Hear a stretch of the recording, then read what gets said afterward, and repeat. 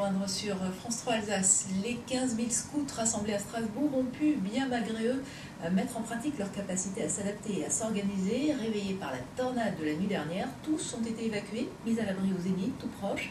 Aujourd'hui, il a fallu remettre de l'ordre dans le camp. Olivier Stéphane, Christian Lévesque.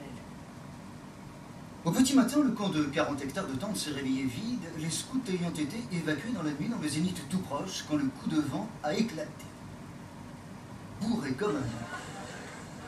15 000 personnes, 29 nationalités.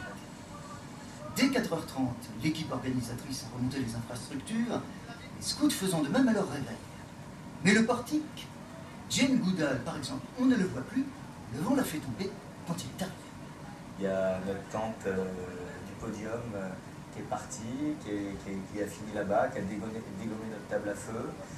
Ensuite, il y a la mairie, non, après il y a le portique qui est tombé, après il y a la mairie qui est partie, qui s'est retrouvée par là-bas. Et partout, alors les tentes, les marabouts qui avaient beaucoup de prises au vent tombaient. Bilan de la nuit, une quinzaine de blessés légers, l'évacuation s'étant effectuée sans mal. Qu'est-ce qu'il y avait? Il y avait des enfants qui sont un petit peu tendus à la cheville, une petite crise d'asthme, voilà, des trucs habituels dans un mouvement de foule, bien organisé, je veux dire.